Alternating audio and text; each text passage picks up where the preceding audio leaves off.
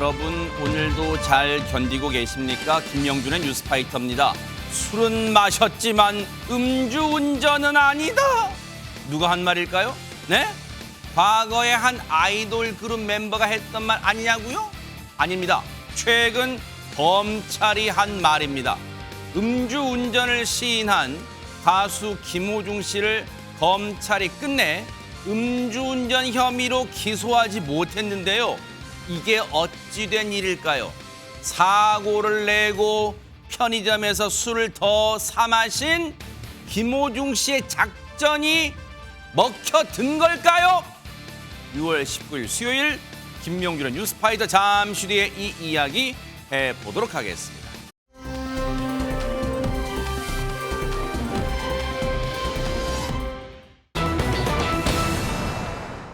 한동훈 대 나경원인가?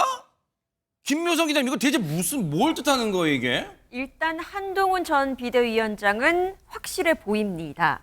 왜냐하면요. 네. 출마설만 그동안 무성했었는데 전당대회 출마 이젠 확실히 될 것으로 보입니다. 어허. 오는 23일 일요일이고요. 한동훈 전 비대위원장 국민의힘 당대표 출마를 공식화할 것으로 MBN 단독 취재에 의해서 확인이 됐습니다. 허허. 사실 지난달 중순부터였죠. 한동훈 전 비대위원장은 당내외 인사들을 비공개로 만나면서 당권 도전에 대한 의견을 청취한 것으로 그렇게 알려져 있었는데 후보 등록일이 24일과 25일이기 때문에 그 전에 선언을 하지 않을까 많은 분들이 예상을 했고 그 예상대로 오는 23일입니다. 전당대회 출마를 선언하고 당대표를 출마하면서 비전과 전략을 함께 발표할 예정으로 전해지고 있습니다. 아하. 그리고 함께 당을 이끌 지도부에 대한 인력 배치 작업도 지금 마무리 수순으로 알려져 있는데요. 그래요? MBN 취재 결과 한동훈 전 비대위원장의 핵심 인사에 따르면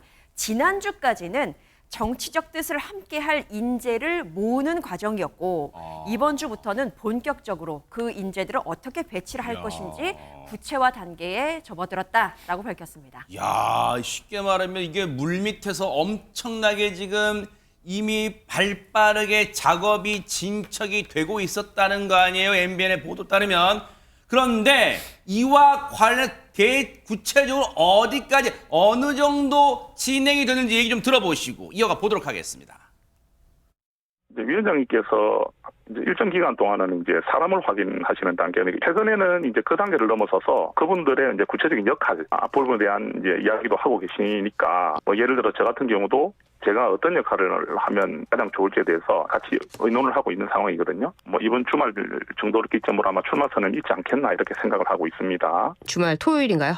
보통 보면 토요일은 또 기사 잘 안 쓰시잖아요. 또 일요일이 될 수도 있고. 결국은 주말이나 내주 초가 될 텐데 장소도 고민 중에 있고 장소 또한 메시지이기 때문에 지금 한동훈 전 위원장에 대해서 공격이 되고 있는 부분들에 대해서 어느 정도 대답을 담아야 될 것 같고요. 또 당을 앞으로 어떻게 바꿔갈지 그리고 우려하는 부분들에 대해서 어떻게 풀어갈지에 대한 답변들을 조금씩이라도 담아낼 것 같습니다. 대박 사건 바로 어제요. 뉴스파이터가 한동훈 전 위원장이 중대 결심하기까지 D-7 일주일 앞으로 다가왔다. 왜 일주일이냐? 앞서 우리 김묘석 기자님 잘 설명하셨죠? 전당대회 당대표 즉 전당대회 나간 후보 등록이 24, 25 그러니까 마지막 이틀간의 마지막 날 25라는 걸 기점으로 봤을 때 어제가 18일이었으니까 일주일 앞으로 다가왔다 했는데 지금 MBN 단독 취재 결과에 따르면 일요일 날 내일 이번 돌아오는 일요일 날 발표할 것 같다는 거예요. 그것도 백성원 변호사님 바로 이걸 노린 것 같아요. 왜? 일요일 날 발표해야지 월요일 날 신문에 대문짝만 나니까. 사실 그것도 고려를 해야죠. 아하. 토요일 날 뭐 발표를 하면 일요일 지나서 월요일 날이나 많은 사람들에게 알려지게 되니 아하. 아무래도 출마 선언한 그 분위기가 조금 가라앉을 수도 있지 않겠습니까? 아하. 조금 전에 지금 얘기가 나왔던 정성국 의원 같은 경우는 저번 총선에 한동훈 그 당시 비대위원장이 1호 영입 인재였습니다. 그래요. 그때 박상수 변호사와 함께 이제 한국교총 회장을 역임했던 분이고, 네. 그러니까 1호 영입 인재라는 좀 특수성도 있고요. 네. 그리고 조금 전에 그때 당시 인재 영입 과정이네요. 맞습니다. 네. 장동혁 의원 같은 경우 이제 비대위에서 사무총장을 했던 아하, 분이고, 그랬죠. 친한계 의원이라고 지금 이미 많이 알려져 있는 상황인데, 네. 사실 한동훈 위원장이 고민이 많을 수밖에 없었던 게 지금 어쨌건 지금 현재까지 보면 친윤계 의원들은 반대를 하잖아요. 그런 목소리가 많이 나오고 있고 대통령과의 관계도 아직 복원이 돼 있지 않은 것 같은 그런 외부적 모양새인데, 일단 뭐 당연직 최고위라고 할 수 있는 추경호 원내대표나 정점식 정책위의장 빼고 일단 선출직 5명 중에 4명이 노하면 뒤집어질 수 있어요. 그러면 소위 지금 러닝메이트라는 얘기가 자꾸 나오는 게 네. 자기와 뜻을 같이 하는 사람들이 최고에 많이 들어와야겠죠. 아. 그래서 지금 어떻게 하면 이게 소위 한동훈 사람이라고 할 수 있는 사람들이 많이 들어와야 지도부가 안정적으로 굴러갈 수 있지 않겠습니까? 아하. 그 부분에 대한 고민을 많이 했던 것 같고, 지금 저기에 러닝메이트라고 나오는 정성국 의원 같은 경우는 최고위원 출마가 좀 유력해 보이는 상황이고, 그에 따라서 장동혁 의원도 필요하다면 최고위원 출마할 수도 있다라는 그런 얘기도 나오고 있는 상황입니다. 그렇군요. 그런데 앞서 제목이에요. 손정희 변호사님, 결국 한동훈 대 나경원인가? 지금 한동훈 전 위원장은 다가오는 일요일 날 출마 선언한다고 MBN 단독 보도했어요. 그럼 나경원 의원은 지금 출마 선언 했어요? 일단 전당대회에 앞서서 이제 친윤계 그리고 친한계의 대립구도 각이 지금 세워지고 있는 것으로 이제 모양새는 그려지고 있다라고 말씀드릴 수 있는데요. 그러면 친윤계 국민의힘 의원들은 누구를 이제 지지하고 누구에게 힘을 실어줄 것인가인데요. 네. 지금 나경원 의원의 이름이 여기서 나오고 있는 겁니다. 1대1 구도로 한동훈 전 위원장에 대항하는 대항마로서 나 의원이 적합하다라는 의견이 우세해지고 있다라고 하는데요. 실제로 이르면 내일 출마 선언할 수도 있다라는 이야기까지 나오고 있는데, 이 관련해서 나경원 의원 목소리 직접 들어보시겠습니다. 네네. 뭐 적극적으로 좀 더 열심히 생각해 보겠습니다. 고민을 계속 미루고 있었는데, 그러니까 적극적으로 생각해서 이번 주 일요일 날 월요일이 이제 그 후보 등록일이니까요. 예, 그 전에는 결정을 해야 되겠죠. 일각에서는 또 의원님이 친윤계 혹은 중진들의 지지를 얻게 될 것이다라는 보도도 나오고 있는데, 아니 뭐 무슨 친윤계 뭐 지지든 비윤계 지지든 반윤계 지지든 표를 얻으러 만약에 출마를 하면 어떤 표든 마다하지 말아야죠. 저는 계파에 줄 서지 않는 사람이기 때문에요. 그렇다고 제가 어느 특정 계파하고 손잡고 가겠다 이런 말씀을 드리는 것이 아니라 어떤 표도 마다하지 않는다는 것은. 갑자기요, 백성문 변호사님, 이런 궁금증이 갑자기 생겨요. 혹시 출마 시점의 정치학 이런 것도 있을까요? 왜냐하면 지금 보세요. MBN 단독 보도로 한동훈 전 위원장이 일요일 날 이 후보 나간다. 지금 전당대회 출마한다는 기자회견 할 것이다. 단독 보도 나왔어요. 그런데 지금 나경원 의원이 이르면 내일 출마 선언할지도 모른다는 얘기가 나오고 있어요. 근데 보세요. 내일은 목요일은 굳이 따지자면 특징이 별로 없는 요일이에요. 근데 혹시 한동훈 전 위원장보다 먼저 하려는 그런 계산도 깔릴 수 있을까요? 그러니까 사실 뭐 내가 빨리 결심이 섰다는 걸 보여주는 것 정도, 그리고 주말 전에 일단 이 당대표 출마 선언을 하면서 스포트라이트를 본인이 먼저 가져가겠다는 의도 정도는 있을 수 있을 것 같은데, 일단 나경원 의원 같은 경우 지금 뭐 언론상으로 친윤계 의원들이 나경원 의원 쪽을 뭐 소위 밀기로 했다, 뭐 이런 얘기들이 지금 나오고 있습니다만, 나경원 의원은 오히려 그렇게 프레임이 잡히는 걸 썩 달궈할 것 같진 않아요. 그래요? 혹시 기억하실지 모르겠지만 작년 3월에 이제 김기현 당대표가 선출됐을 때, 그때 초선원들 연판장 돌려서 나경원 의원 눌러 앉혔잖아요. 아하. 어찌 보면 친윤이라고 하기에 굉장히 힘든 그런, 어찌 보면 약간 수모도 겪었었는데, 어허. 그리고 지금 이번 당대표 선거는 친윤 대 뭐 친한 뭐 이런 분위기로 가는 건 국민의힘 내부에서도 그렇게 썩 좋아 보이는 것 같지는 않고, 네. 그리고 친윤의 기치를 들고 이번 전당대회에서 당대표 되기 어렵다는 얘기들이 많이 나오고 있습니다. 그래서 조금 전에 나경원 의원도 얘기한 게, 아니 무슨 친윤 그거 아니고 뭐 친윤계든 비윤계든 반윤계든 나한테 표 주면 주는 표 다 받아야죠. 이렇게 원론적인 입장을 내비치는 게 아닌가 싶습니다. 그러네요. 실리적인, 왜냐면 뭐 당대표가 되는 게 우선이니까 실리적인 입장을 취할 수도 있다 이런 생각도 드는데 여기서 또다시 궁금증이 하나 있어요. 진짜 우리한테 드는 거예요. 백선 변호사님. 네. 시청자분들 중에 그런 생각 하실 거예요. 왜 그러면 친윤계 의원들은 한동훈이란 사람을 그렇게 싫어할까? 이런 생각도 해봅니다. 사실 지난 총선을 좀 되짚어 보면 한동훈 위원장과 대통령실 간에 갈등이 있었다 풀어졌다 막 그런 일들이 여러 번 있었죠. 네. 그리고 그 과정에서 한동훈 위원장과 대통령과의 관계가 편치 않다는 얘기들은 그 뒤로 계속 나왔습니다. 그래서 대통령의 기자회견 당시에도 한동훈 위원장과의 관계를 기자들이 묻기도 했었고 그때도 원론적인 대답만 했고 그 이후에 소위 친윤계 의원이라고 할 수 있는 뭐 이철규 의원이나 그리고 요즘에 떠오르고 있는 조정훈 의원, 총선백서 TF 팀장 네네. 같은 경우는 노골적으로 어찌 보면 한동훈 위원장에 대한 반감들을 국민들이 느낄 정도로 좀 드러낸단 말이죠. 그건 아직 대통령과의 관계가 아직 회복되지 않았다는 걸 보여주는 것이고 그럼 대통령과 한동훈 위원장의 관계가 회복되지 않았는데 소위 말하는 친윤계 의원에서 한동훈 위원장을 좋게 표현할 리가 있겠습니까? 그거는 나중 문제죠. 그러니까 원론적으로 나중에 잘 되겠죠 정도는 얘기하지만 지금 현 시점에서는 그런 부분들이 아직까지 갈등 관계가 해소되지 않았기 때문에 한동훈 위원장이 뭐 어대한이라는 것은 뭐 당원에 대한 모욕이다 이런 표현도 나오고 뭐 해당행위다 이런 얘기들까지 나오고 있는 상황 아니겠습니까? 아직까지 그 갈등 관계는 해결이 되지 않는 그런 상황이기 때문에 계속 이런 갈등 관계가 좀 지속되는 게 아닌가라는 개인적인 생각이 듭니다.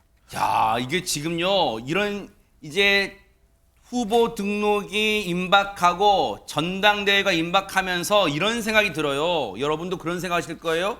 과거의 적이 오늘의 동지가 될 수도 있고 과거의 동지가 오늘의 적이 될 수도 있다. 이게 정치의 생리 아닌가 그런 생각도 드는데 한동훈 전 위원장과 나경원 의원이 한때 정말 달달했던 화기애애했던 그 모습 좀 보시고 이어가 보도록 하겠습니다. 여러분 제가 서울의 핵심 나경원과 장진영 있는 동작에 왔습니다. 여러분을 위한 승리를 위해서 서서 죽겠다는 각오로 절실하게 뛸 겁니다. 그 처음을 바로 이곳 동작에서 시작합니다. 여러분 우리는 전진하는 세력이고 미래를 보는 세력입니다.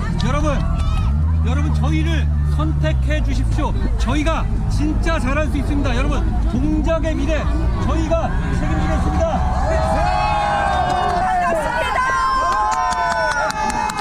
한동훈 위원장이 이 자리에 왔습니다. 이제 우리 국민의힘은 이제 미래를 하기 위해서 정치도 바꾸고 한진영 위원장과 함께 동작도 바꾸겠습니다.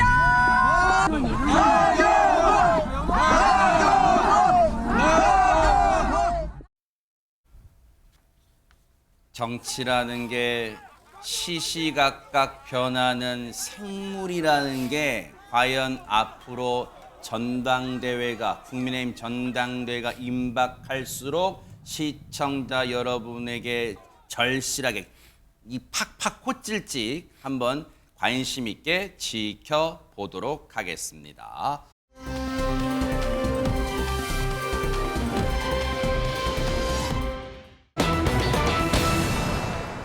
국민을 울린 국민 영웅의 눈물. 제목만 봐도 아마 많은 분들이 시청자분들은 이 한 사람을 떠올렸을 것 같습니다. 관련 영상 보시고 이어가 보도록 하겠습니다. 그동안에 너무 많은 걸 배웠고 또 많은 걸 얻어가고 너무 감사하고 후배들한테 더욱더 감사하고 앞으로 계속 뒤를 이어갈 수 있게끔 해주는 게 너무 고맙고 그래서 정말 많은 난감 교체했던 것 같아요. 그래서 다들 너무 보고 싶을 거고 이제 저의 그 선수의 모습을 볼 수는 없지만 그래도 골프 발전에 있어서 또 다른 저의 모습을 볼 수 있을 것 같아서 열심히 노력하겠습니다. 누군지 여러분 아시잖아요. 사실 어제 오후 3시에 진행이 됐던 박세리 씨의 대국민 기자회견 아마 모르긴 몰라도 많은 분들 거의 모든 국민이 지켜봤다 해도 과언이 아닐 텐데 김묘성 기자님 어제 많은 분들이 충격과 정말 많은 또 슬픔 속에 지켜봤을 거예요. 네, 그렇습니다. 많은 분들이 기자회견을 보시면서 함께 눈물을 흘리지 않으셨을까 그렇게 생각을 해봅니다.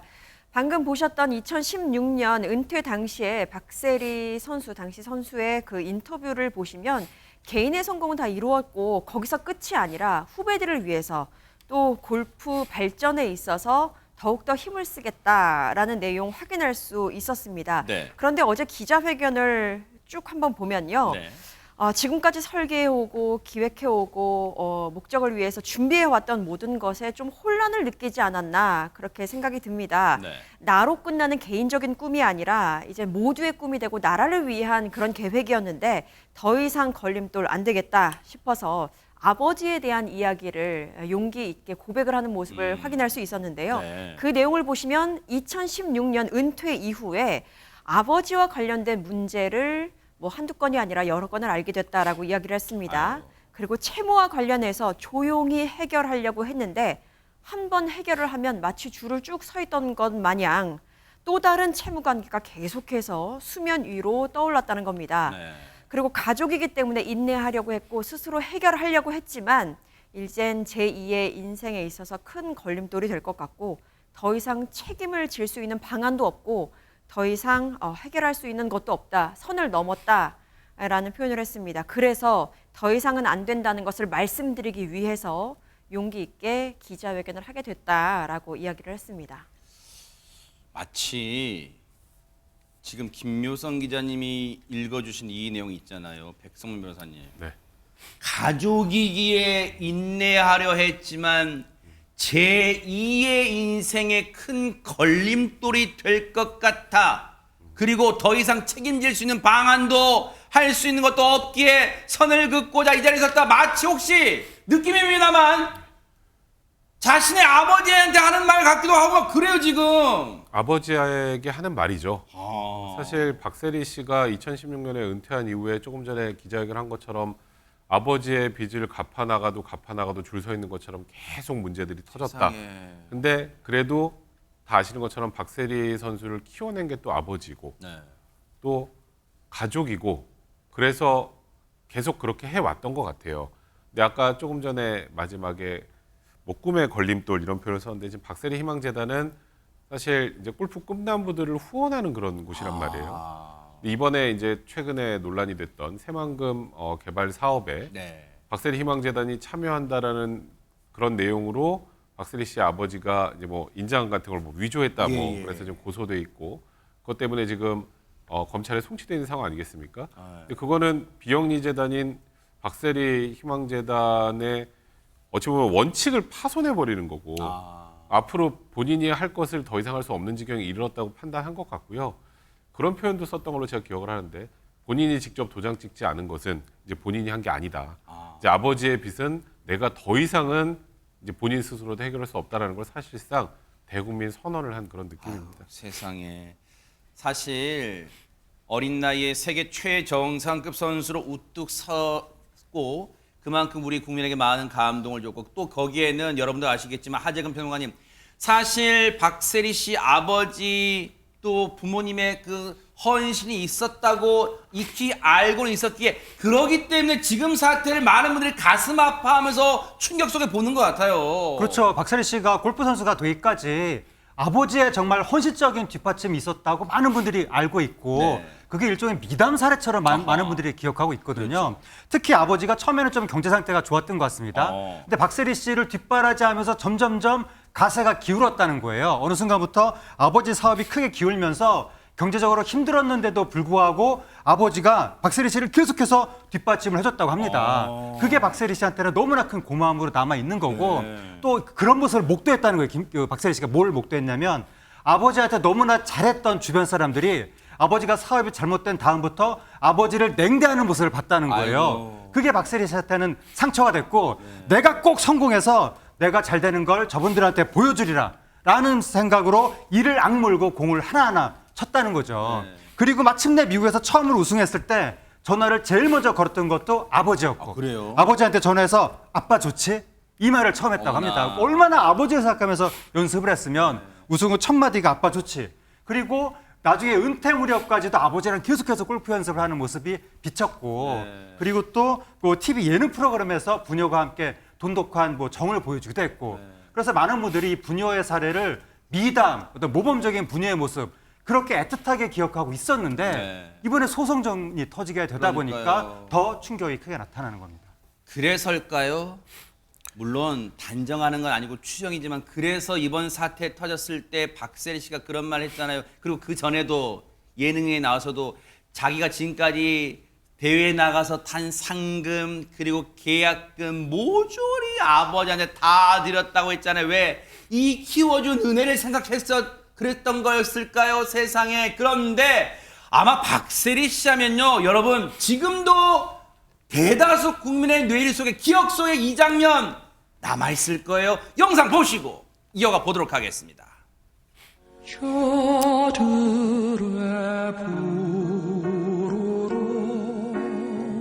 그때 IMF 때 그 물에 빠졌을 때 상황을 정말 많은 분들이 기억을 하시고 또 그 상황이 지금 저희가 있게 된 계기가 됐거든요. 꼭 좌절에 빠진다는 건 그 좌절이라는 자체, 글 자체가 좌절이 아닐 수가 있어요. 그런 시련이 있어야 제가 좀 더 단단해지고 많은 걸 배우고 모든 분들한테 그런 과정일 텐데 힘들지만 뭐 나만 힘든 건 아니니까 나만 또 다른 사람이 힘든 사람 더 많은 사람이 있겠지라는 그러니까 조금이라도 희망을 갖고 있는 마음이 굉장히 더 중요한 것 같아요. 그러면 감독님 사실 뭐 백성문 변호사님은 이제 골프도 좋아하시고 하지만 굳이 저 광고가 아니고 실제 저 당시 대회 중계로 보셨을 거 아니에요? 아유, 저거는 사실 정말 감동 그 자체일 수밖에 없습니다. 그리고 지금이야 우리나라 이제 여자 프로 선수들이 워낙 골프를 잘 쳐서 뭐 사실 LPGA 대회에서 막 우승컵도 많이 안지만 저 때 생각하면 저 당시 박세리 씨 나이가 21살입니다. 98년이고 그럼 우리나라 되게 힘들 때죠. 그랬죠. IMF 때. 굉장히 시리에 빠져 있었던 국민들한테 엄청난 용기를 줬던 건데 제가 최근에 미국 이제 남자 US 오픈에서 그냥 1m 퍼팅만 넣으면 우승을 할 수 있어도 로리 맥길로이 선수가 마지막에 못 넣는 걸 보고 와 저건 보통 멘탈로 할 수 있는 게 아니라는 생각을 했는데 공동묘지에서 연습까지 했대잖아요. 아버지랑. 저기서 하나도 떨지 않고 저 말도 안 되는 데서 올려서 저 롱퍼팅을 넣고 우승하는 모습은 대박이에요, 진짜. 사실 저거는 저희 죽을 때까지 볼 영상입니다. 맞아요. 아직도 저 뭉클하다는 생각이 드는데요. 근데 저렇게 박세리 선수를 키워왔던 아버지와 지금 박세리 선수와의 관계 그리고 아버지가 그동안 해왔던 것들을 보면 또 한편에서 또 참 씁쓸함도 같이 몰려오는 것 같기도 합니다. 근데 어제 기자회견장에는요. 박세리 씨와 박세리 씨 아버지 그 부녀지간에 돈독했던 때를 분명히 똑똑히 기억하고 또 우리에게 큰 희망을 줬던 박세리 씨의 지금까지 이 삶의 궤적, 선수 생활의 궤적을 똑똑히 기억하고 있는 이 사람이 현장에 있었대요. 영상 보시고 이어가 보도록 하겠습니다. 그 박준철 씨나 어머니나 언니나 또 같이 하면서 함께 했던 시간들 참 보기 좋았고 참 이런 일이 있어서 이 자리에 나와 있던 우리 박 프로의 모습을 보니까 참 안타까워서 막을 수 없었는지에 대해서 좀 알고 싶어서 질문합니다.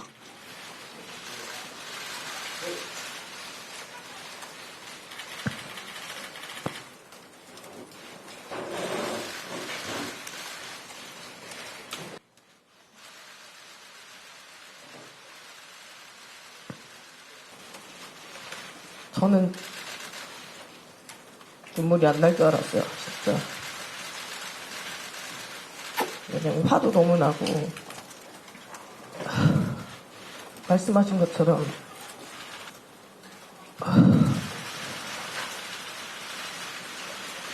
정말 가족이 저한테 가장 컸으니까. 그게 다인 줄 알고 시작을 했고, 막을 수 없냐고 말씀하셨잖아요. 많았죠. 계속 막았고 계속 반대를 했고 한 번도 아빠 의견에 찬성한 적도 없고 동의한 적도 없고. 사실 저도 어제 방송 직전까지 이제 기자회견을 보다가 내려왔습니다만 손정희 변호사님 그 전까지의 질문에는 기자들의 질문에 비교적 담담하게 그리고 사실만을 말하려고 애쓰던 박세리 씨였는데 어제 저 영상 저 순간에 저도 느꼈지만 박세리 씨가 갑자기 뭔가 이 눈시울이 붉어지는 것 같다. 왜냐하면 저 질문한 기자의 목소리를 듣고 목소리와 얼굴을 듣자마자 얼굴에 뭔가 막 떨림이 오더라고요, 진짜. 네, 저 장면 보신 다른 분들도 굉장히 울컥하고 어떤 심정일지 정말 막막하기도 하고 화도 나기도 하면서 마음속으로 또 깊게 응원하는 한 장면이기도 했습니다. 이 질문하신 기자분 질문 목소리도요, 사실 좀 뭉클하게 울컥하면서 그렇죠. 질문하면서 안타까우면서 여기까지 온 박세리 선수에 대한 그 감정이 고스란히 담겨 있으니까 네. 박세리 선수도 이 마음이 어떤 마음에서 하는 질문인지 알잖아요. 그래서 답을 못하고 한 1분 4초간 말을 잇지 못했습니다. 네. 그 1분 동안 본인의 마음을 복받쳐 오르는 이 감정을 누르느냐고 정말 각고의 노력을 하고 있다는 것도 제가 보였는데요.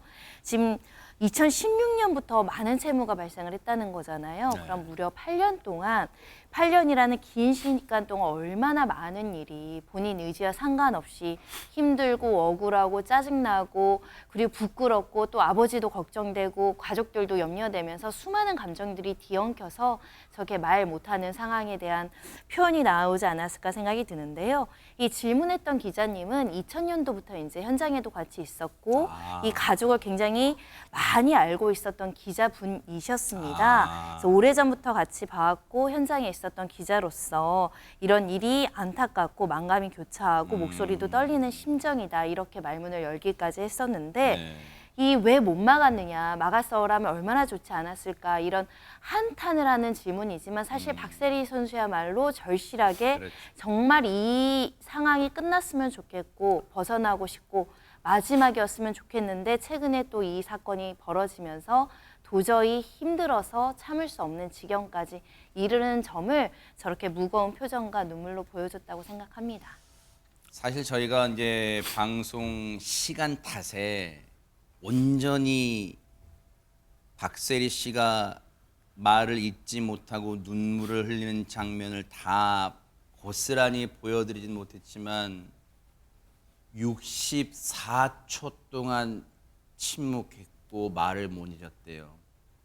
저 기자의 질문에 무려 64초, 1분이 넘는 시간 동안 너무너무 만감이 교차했겠죠. 5만 가지 생각이 머릿속을 스쳐갔겠죠. 말을 못 이었던 거예요, 박세리 씨가. 그런데 하재근 평론가님, 그 장면 보면서 많은 분들이 아마 집에서 보시거나 버스 대합실에서 보시거나 같이 우셨던 분들 많으실 거예요. 이제 박세리 씨를 강인한 운동선수라고만 생각을 했다가 막 눈시울을 붉히는 그 모습을 보면서 너무나 많은 국민들이 막 안타까워하게 된 거예요. 네. 그래서 반응이 폭발했는데 인터넷에 보면 도장 만들어서 박세리 몰래 찍고 다닌 아버지를 어떻게 미리 막을 수 있었겠나.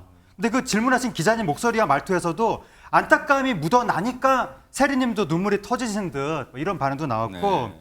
IMF 시기에 세리님은 대한민국 국민들에게 다시 일어설 수 있는 용기를 주신 분이다. 우리 아버지께서도 회사가 부도나고 힘들어도 박세리님 뉴스 보면서 유일하게 즐거워하셨던 기억이 난다. 세상에. 이런 사연들도 올라오면서 많은 국민들이 지금 박세리 씨를 위로하고 응원하고 있습니다. 아휴, 세상에. 어제 기자회견에서 박세리 씨는요, 자신의 아버지를 고소할 수밖에 없었던 이유, 그리고 또 자기를 둘러싼 오해는 꼭 풀 게 있다면서 이 말도 빼놓지 않았습니다. 마저 들어보시고 이어가 보도록 하겠습니다. 경매 사건에 대해서는 저도 전혀 몰랐던 상황이고 언론에서 난 것처럼 저와 아빠가 반반 지분을 갖고 있었던 상황이에요. 은퇴를 하면서 한국에 나오기 시작을 했죠. 근데 그해 겨울에 제가 미국에 잠깐 일이 있어서 들어가 있는 사이에 급하게 연락을 한국에서 받았어요. 내용이 뭐냐면 집에 갑작스럽게 경매가 들어온다는 거죠. 저도 이런 걸 처음 들어봐서 아빠 지분에 이제 돈이 채무가 걸린 거겠죠.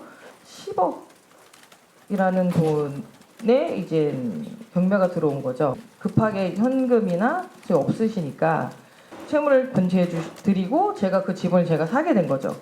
명의는 제 명의로 된 거라서 원전회가 법적으로 절차를 다 밟아서 채무 관계를 정리해 드리고 제가 아빠의 갖고 있는 지분을 제가 다 사서 제 명의로 옮긴 거예요.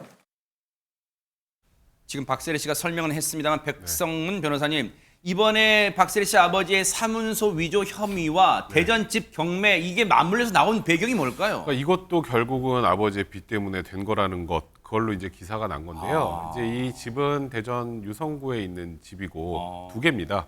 그래요? 그리고 토지하고 되게 넓은 집 하나하고 그 옆에 또 4층짜리 건물인데 이걸 이제 아버지하고 2000년에 반반 지분으로 이제 매입을 해서 가지고 있었던 건데 2016년에 갑자기 이제 경매에 붙여진다고 했는데 보니까 이제 아버지 채무 때문이었던 거예요. 그래서 이제 조금 전에 박세리 씨 얘기한 것처럼 또 아버지가 돈이 없으니까 결국 박세리 씨가 그 빚을 갚고 그 지분을 인수한 거죠. 그래서 이제 지금 이제 등기부등본을 떠보면 박세리 씨 단독 명의로 나옵니다. 근데 그 이후에 또 2020년에 또 경매에 들어갔다는 얘기가 나왔어요.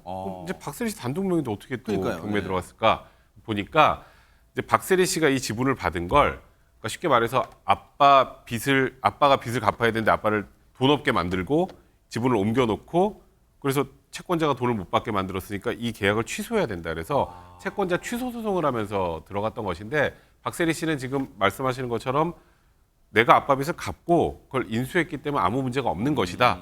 근데 아까 변호사 또 얘기로는 이제 아직은 이게 이제 소송 중이니까 그거는 가족하고 관련돼 있지만 어쨌건 소송 중이니 그 소송 끝나면 정확한 입장을 밝겠다는 그런 대답으로 가름하기도 했습니다. 지금 박세리 씨의 눈물의 기자회견을 아버지 박준철 씨는 봤을까요? 과연 봤다면 어떤 심경일까요? 대체 어쩌다 이 지경까지 이르게 된 걸까요? 앞으로 이제 고소가 이루어졌으니까요. 앞으로의 상황, 검찰로 넘어갔어요. 지금 앞으로의 수사 상황도 지켜보도록 하겠습니다.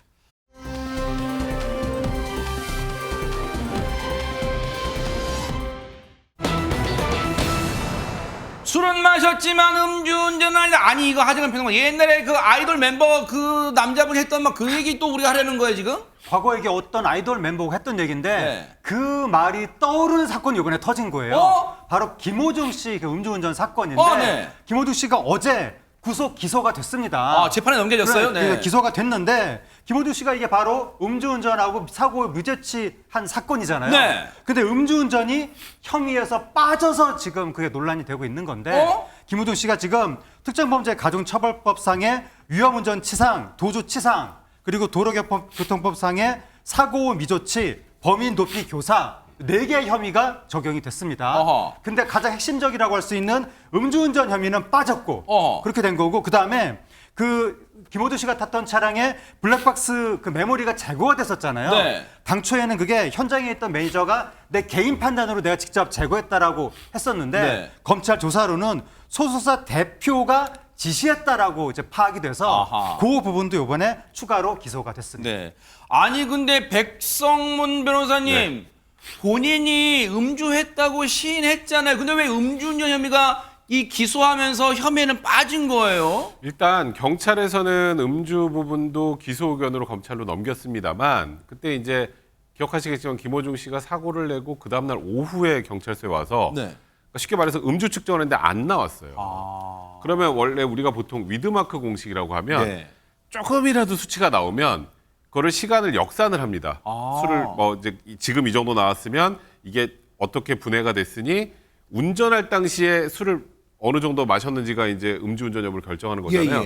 이걸 역산을 하려고 하는데 역산할 근거가 없으니까 경찰은 김호중 씨의 몸무게나 뭐 이런 것들 그다음에 술 먹은 양을 종합해서 그러니까 가상으로 위드마크 공식을 적용을 해보려고 했는데 검찰 입장에서는 이것만 가지고는 음주운전죄가 유죄가 나오기 어렵다라고 판단을 해서 제외를 한 거고 또 무엇보다 김호중 씨가 일단은 음주 상태에서 운전하고 사고 내고 매니저 허위 자수시키고 본인은 구리 쪽에 있는 모텔로 갔잖아요. 거기서 편의점에서 또 술을 마시는 게 있잖아요. 그 술을 먹은 건 음주 이후에 마신 거잖아요. 그러니까 양측 정도 어려운 상황이다. 현실적으로. 그런 걸 고려해서 현실적인 기소가 어렵다고 판단한 것 같습니다. 아니 그렇다면 손정희 변호사님 시청자분들 궁금하실 거예요. 음주운전 혐의가 빠졌어? 그런 상태로 재판에 넘겨졌어? 그러면 김호중 씨 형량이 엄청나게 낮아지거나 그러는 건 아니야? 막 또 그런 궁금증 가질 것 같아요. 그렇지 않습니다. 그러니까 도로교통법상 음주운전죄는 빠졌지만 그거보다 훨씬 엄중한 죄인 위험운전치상죄는 기소가 됐고요. 유죄 가능성이 굉장히 높게 점쳐지고 있는데 위험운전치상이라는 게 음주 때문에 정상적인 운전이 안 되는 상황. 그러니까 사실 음주운전죄보다 더 법정형이 높습니다. 음주운전죄는 뭐 1년 이하, 3년 이하 이렇지만 이것은 1년 이상 15년 이하의 징역형에 처해지는 죄가 기소가 됐기 때문에 네. 검찰로서는 혹시 증거가 부족해서 일부 무죄라도 무죄가 나올 수 있는 음주운전죄를 기소하기보다는 네. 그거보다 훨씬 더 엄중한 위험운전치상죄의 유죄를 입증하는 데 더 주력하겠다 이렇게 보시는 게 맞지 않을까 생각하고요. 위험운전치상을 입증하는 요건은 이렇습니다. 술에 취한 상태에서 정상 운행이 곤란한 사정을 입증해야 되는 거잖아요. 네. 일단 검찰에서는 일단 화질이 개선된 CCTV 영상이 있다. 이 CCTV를 보면 얼굴과 목의 홍조에 술 먹으면 얼굴 빨개지잖아요.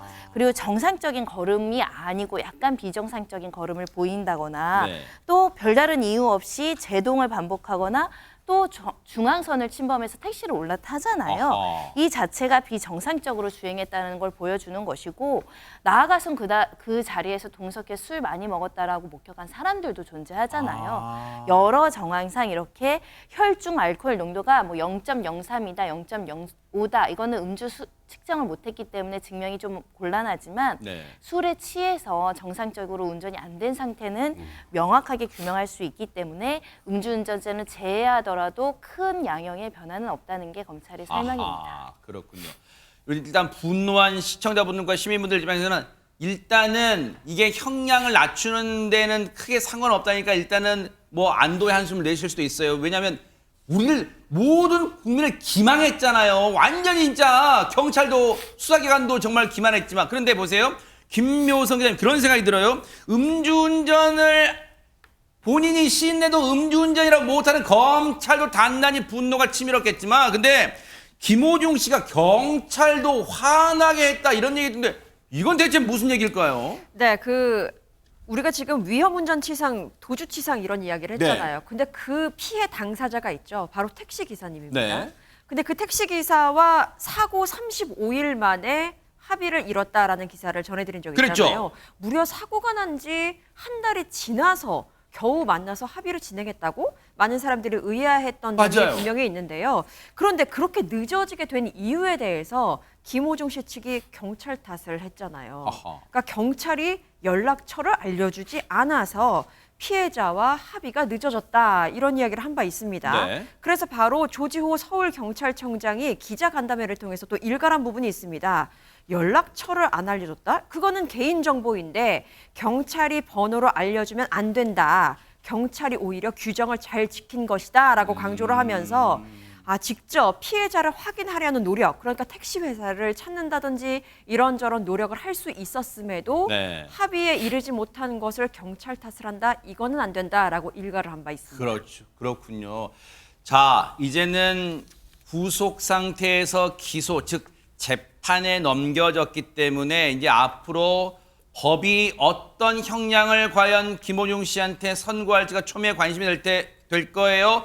뉴스파이터도 여러분과 함께 차분하게 하지만 눈 부릅뜨고 이 사건의 재판 과정도 따라붙어 보도록 하겠습니다.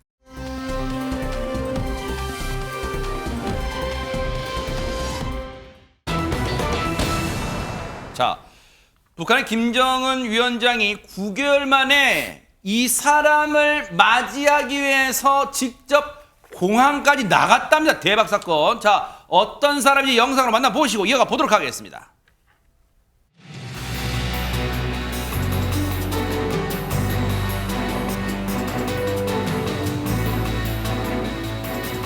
경애하는 김정은 동지께서 울라지미르 비치 보첸 동지와 감격적인 상봉을 하셨습니다.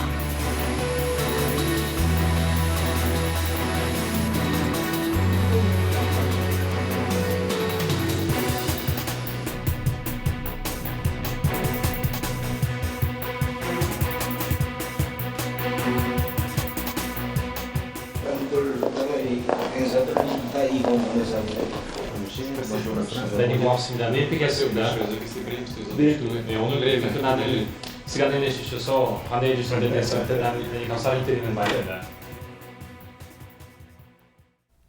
자, 지금 말로는 내일 뵙겠습니다 했지만 김묘성 기자님 저게 사실 오늘이라는 말이 있던데 그게 무슨 말이에요 이게? 네, 그렇습니다. 오늘 새벽이었습니다. 어머나. 사실 푸틴 대통령이 여러 외교 무대에서 시간을 지키지 않았다, 지각을 했다라는 기사를 굉장히 많이 본 적이 맞아요. 있었는데 네네. 이번에도 그 결을 같이 했습니다. 이번에도 늦었는데요. 사실 어제 저녁에 도착하는 일정이었는데 아, 지각하는 벌은 못 고친 거예요? 네, 무려 오늘 새벽 2시가 넘어서 북한에 도착한 것으로 알려졌습니다. 네. 푸틴 대통령이 24년 만에 방북을 한 거거든요. 그러니까 새삼 24년 전에도 그때도 정상이었구나. 아니 러시아 정상이었어요 그때도? 그렇습니다. 대박 사건이네, 그렇게 한번 진짜네. 새삼 놀라게 되면서요. 사실 그렇지만 두 사람의 만남은 앞서 말씀하신 것처럼 지난해 북러 정상회담이 있었습니다. 그러니까 9개월 만에 만남이고 네. 1박 2일의 푸틴 대통령의 방북 일정이었는데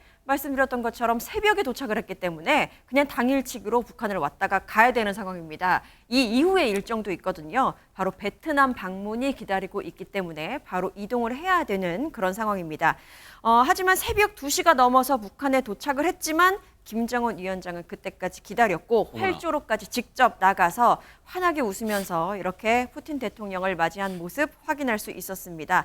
직접 나가서 뒷짐을 지고 기다리다가 푸틴 대통령이 이 비행기 계단을 타고 내려온 뒤에 이렇게 서로 악수도 하고 호응하는 모습을 보여줄 수 있었고요. 또 조선중앙통신에 앞서 보신 것처럼 전했습니다.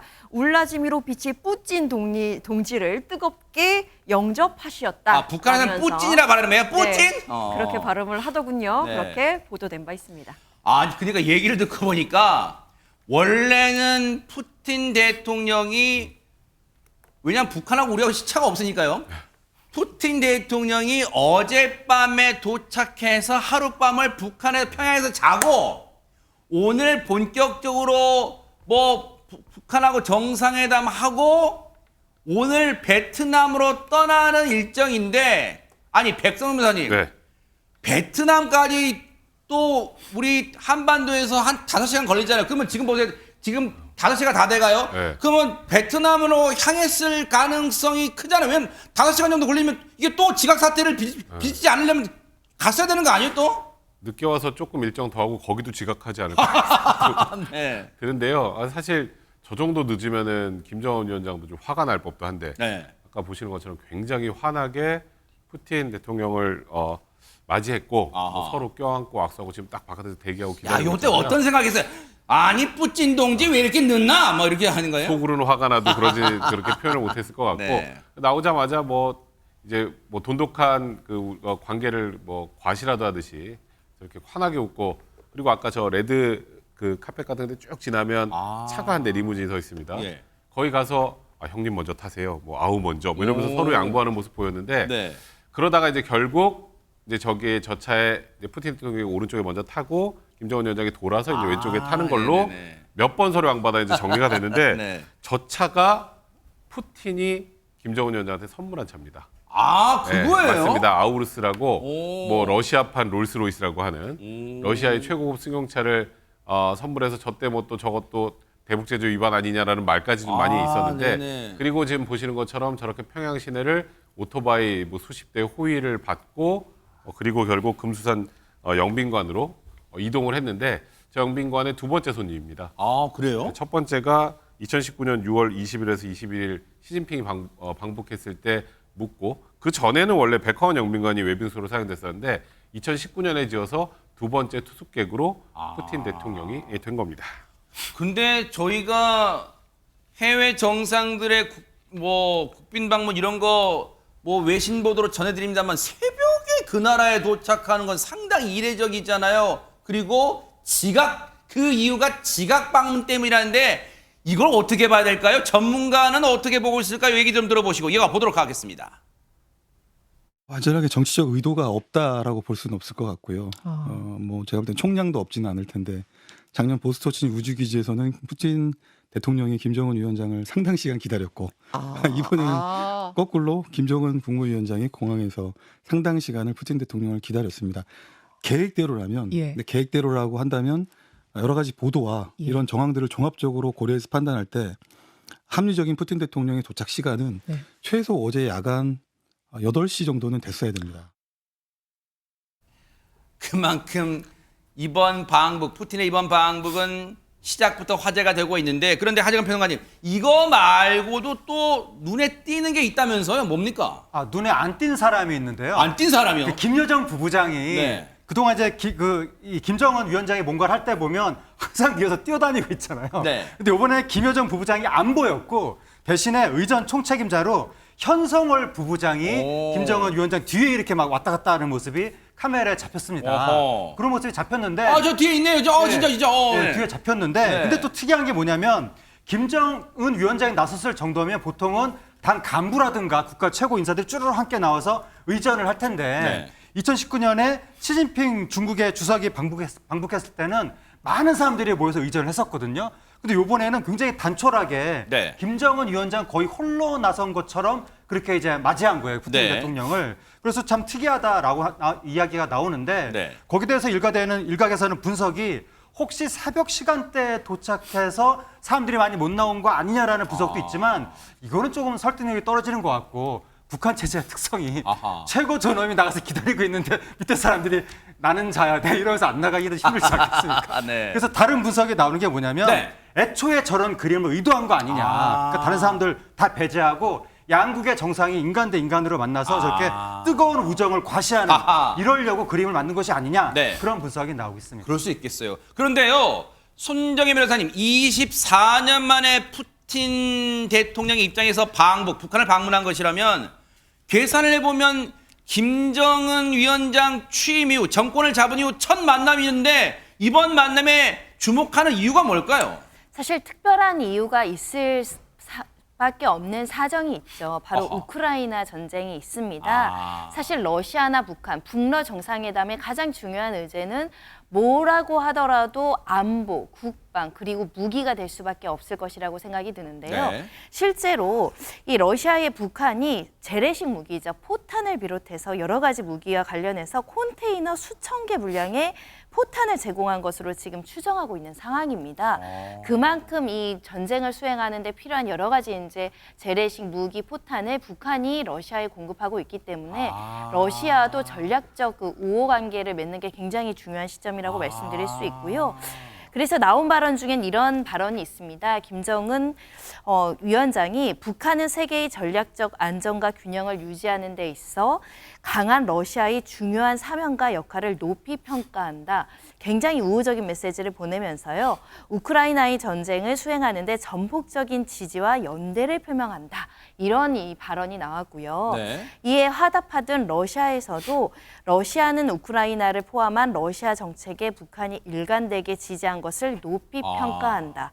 그만큼 러시아와 북한의 전략적 협력을 강화하는 것을 강조하는 회담이라고 볼 수 있을 것 같습니다. 아니 그러면 백성원 변호사님, 지금 러시아는 북한이 우크라이나 전쟁에 많은 포탄 이런 거 군수물자 지원해 주는 거 감사하다는 거예요. 그러면 러시아는 북한에 뭘 줄 수 있을까요? 사실 북한도 완전히 고립돼 있잖아요. 지금 뭐 유엔 제재 때문에 경제도 굉장히 힘들고 거기다 코로나19 때 국경 폐쇄하면서 북한이 거의 쓰러질 정도의 지경에 이르렀는데 지금 북한 입장에서는 러시아와의 이런 관계 개선이 굉장히 한 줄기 빛이죠. 그러니까 뭐 일단은 뭐 식량이나 에너지 같은 것들을 공급받을 수도 있고, 그리고 좀 전에 얘기 나왔던 것처럼 러시아와 우크라이나 전쟁에 대해서 지금 막 포탄이나 재래식 무기를 소위 말하는 재래식 무기 공급처를 자청하면서 지금 하고 있는 상황이죠. 근데 북한이 또 부족한 게 식량이나 에너지도 그렇지만 첨단 무기 관련해서는 기술력이 부족하죠.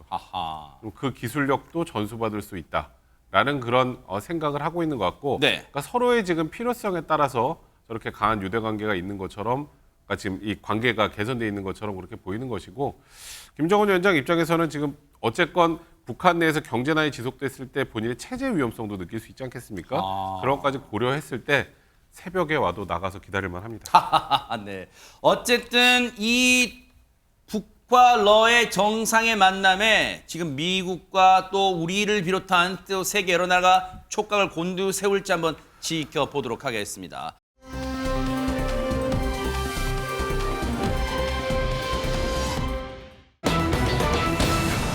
자, 부디 바꿔볼게요. 어머, 제목 보니까, 어머, 세상에! 아니, 김효성 기자님, 공포영화 그 장면 막 떠올라요. 네, 그러니까요. 지난 17일 밤 9시 경입니다. 경기도 김포시 한 아파트에서 벌어진 일인데요. 엘리베이터 천장에 무언가가 나타났습니다. 그래서 주민들이 공포에 떨었고요. 아, 설마 사람 아니죠? 소방관까지 출동을 했는데요. 그때 영상이 준비되어 있습니다. 함께 보시죠. 네.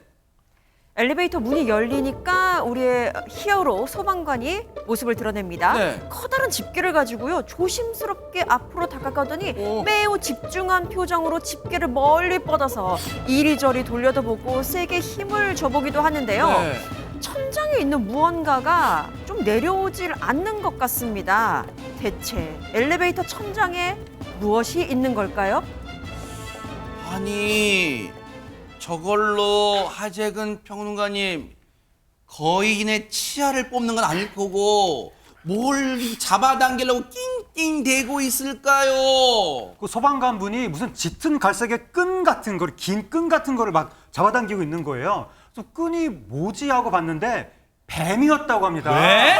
아파트 엘리베이터에 뱀이 있다고 신고가 접수가 된 거예요. 어머나? 소방관분들이 바로 출동을 해서 뱀을 잡은 겁니다. 어머. 정말 소방관분들이 해야 될 일이 너무 많습니다. 너무 많아요, 진짜. 이제는 뱀까지 잡게 된 건데. 어머나. 근데 저 뱀이 저 엘리베이터의 모서리에 꽉 껴가지고 움직이지를 못하는 거예요. 어허. 그러니까 소방관분들 뺄 수가 없고 뱀도 자기 스스로를 움직일 수가 없는 그 상황이 됐는데 네. 뱀이 안 빠진다고 해서 그냥 둘 수가 없잖아요. 네. 이후 상황이 어떻게 됐는지 영상으로 보시겠습니다. 아하, 네네.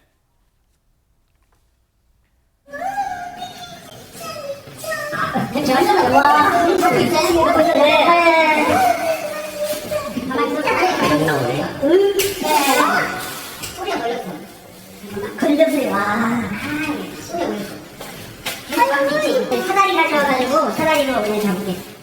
자꾸 땡기고 있어야 살살 빼고 있어봐. 아우. 아니, 버티는 뱀도 대단합니다. 안 나와요. 아니, 웬만하면 나올 것이지 안 나오는데. 아니, 그러면 손정희 변호사님, 뱀이 엘리베이터 안에 왜 있는 거예요, 이게? 그러니까요. 저도 보면서도 놀래고 또 살아있는 뱀이라서 더 놀랬는데 저 뱀도 너 왜 여기서 나오냐 뭐 물어보고 싶은데요. 네. 지금 뭐 어떻게 뭐 대답도 안 해주니까요. 이 뱀이요. 네. 유혈목으로 추정된다고 합니다. 유혈목이 뭐 소위 꽃뱀이라고 그렇게 이제 꽃무늬 뱀이기도 한데 일단 비가 와서 뒷산이 있으니까 일로 들어오지 않았을까 추정할 뿐이라고 하는데 아파트 뒷산이 있어요? 네, 어쩌다가 엘리베이터에 저렇게 꼬리가 뚝뚝 걸려 있는지 정말 알 수가 없습니다. 세상에, 근데 저기에 계신 소방관 분들은 진짜 극한 직업이에요. 백성민 사님, 저거까지 잡아야 돼요, 세상에. 처음에 그 소방관 분께서도 얼굴도 굉장히 불편한 게 맞아. 보이잖아요. 네. 보이잖아요. 저게 그냥 뭐 흔쾌하게 하기 쉽지 않은 뱀은 맞아요. 누구나 다 징그러워하고 싫어하는데 아이고. 결국 잡았습니다. 아, 잡았네요. 어머머머. 근데 지금 보시면 뱀이 왜 이렇게 짧아졌지? 저기다 다리를 틀고 딱 저렇게 그러네요. 저 집게를 잡고 어머. 있는 건데 네. 저게 원래 1시간만 전에도 엘리베이터에서 뱀이 나타났다고 신고가 있었대요. 그래요? 그래서 왔는데 그때는 못 찾았답니다. 어머나. 저게 또 갑자기 숨어버리면 어떻게 찾을 길이 없잖아요. 오, 세상에. 그러다가 다시 신고를 받고 와서 보니까 저렇게 좀 천정에 떡하니 뱀이 있었던 건데요. 세상에. 사실 엘리베이터에서 무슨 바퀴벌레 하나 나와도 막 난리가 날 텐데 그렇죠. 다른 것도 아니고 야산에서 뱀을 만나도 무섭습니다. 그렇죠. 엘리베이터 탔는데 뱀이 있었을 걸 생각하니까 어우, 제가 봐도 너무 불편하네요. 결국 잡은 뱀은 네. 빈풀숲에 방생을 했다고 합니다. 일단 잘 했어요. 잘 대처하셨는데 아무리 소방관 분도요. 진짜 뱀까지 잡아야 되는 지경에 이르렀으니 얼마나 극한 직업일까요? 당시 현장에 출동하셨던 소방관분 얘기 들어보시고 이어가 보도록 하겠습니다. 뱀이 있어 하니까 주민들이 되게 걱정을 많이 하시더라고요. 그 승강기에 갑자기 뱀이 튀어나오면 어느 누구라도 엄청 당황할 거 아니에요. 그래서 빨리 포획을 해서 주민들에게 이제 안심을 시켜드려야 되겠다. 이런 걱정보다는 잡을 때 한 번에 잡아야 되겠다. 이런 생각이 더 컸던 것 같습니다. 너무 감사드려요. 왜냐하면 저걸 보신 분들은 걸음아 나살라 도망가기 바쁘신데 세상에 책임감과 사명감으로 또 주민 안전을 위해서 잡아주신 소방관분께 소방관 여러분들이 계시기에 지금도 저희들이 안전하게 생활할 수 있는 거 아닌가 그런 생각해 봅니다. 너무너무 감사드립니다.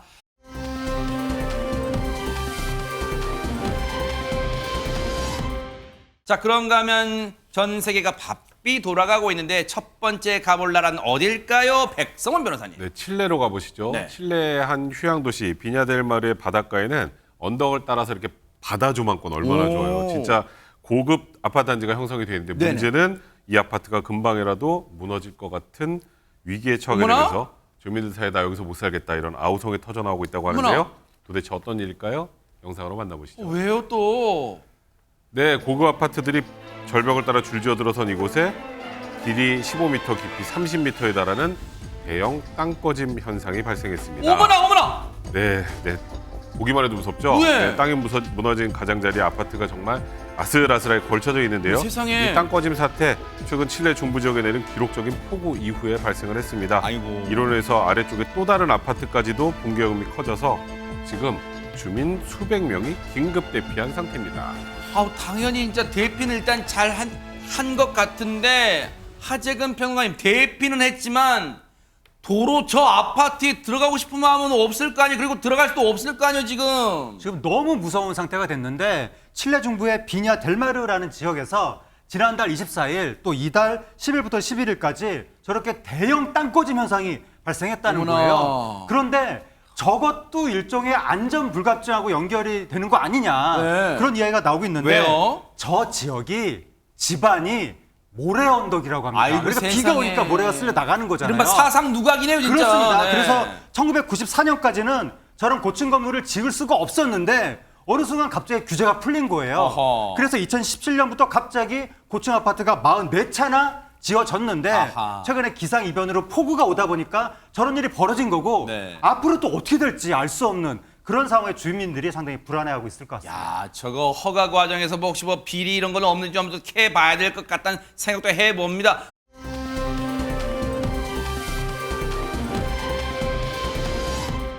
자, 그런가 하면 세상에 호랑이한테 잡혀가도 정신만 차리면 산다는 우리 속담이 딱 떠오른 일이 벌어졌습니다. 김묘성 기자님. 네, 미국 캘리포니아 한 해안가 절벽에 고립된 남성이 있었습니다. 어허. 굉장한 위기의 순간이었는데요. 당황하지 않고 기지를 발휘했습니다.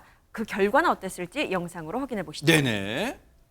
구조대원이 헬기에서 로프를 타고 내려옵니다. 그리고 고립된 남성을 로프에 연결해서 이렇게 끌어올리는데요.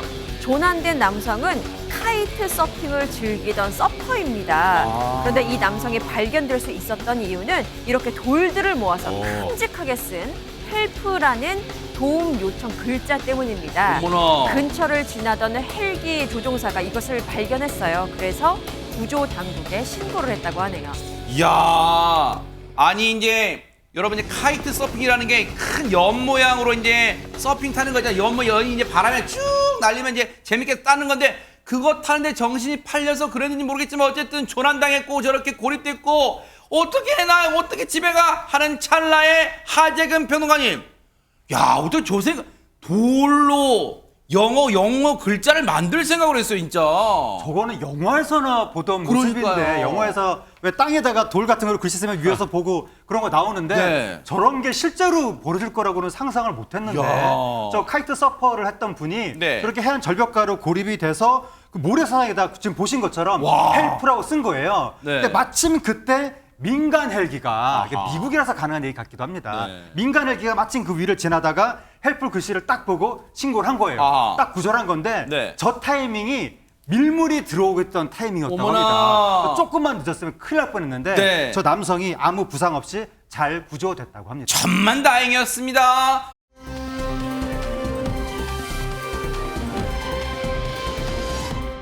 자, 그런가 하면 미국 소식 하나 더 살펴볼까요? 김묘성 기자님. 네, 이번에는 미국 오하이오주입니다. 주택가에서 벌어진 일인데요. 한 택배기사가 배송 중에 정말 황당한 장면을 목격하고 할 말을 잃었다고 합니다. 왜 또? CCTV에 그 모습이 고스란히 찍혔는데요. 함께 확인해 보시죠. 네네.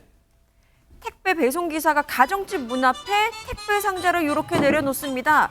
주소를 확인하면서 문을 두드렸는데 갑자기 뒤에서 웬 남성 한 명이 이렇게 달려오더니 어머나. 택배를 집어들고는 또다시 어디론가 그냥 뛰어가 버립니다. 파란색 차량을 타고는 재빠르게 이렇게 사라져 버렸는데요. 잠시 후 집에서 누군가 나오자 택배기사는 무척 당황합니다. 아하. 알고 보니까 아까 그 남성은 집주인이 아니라 택배 역대 절도범이었습니다. 어머나 어머나. 이게요. 이른바 요즘 미국에서 현관 해적으로 불리는 신종 절도래요. 근데 만약에 저 영상이 없었으면 저분은 얼마나 무명 쓸 뻔했지 않은데 반드시 저런 못된 사람 잡아주기를 바랍니다.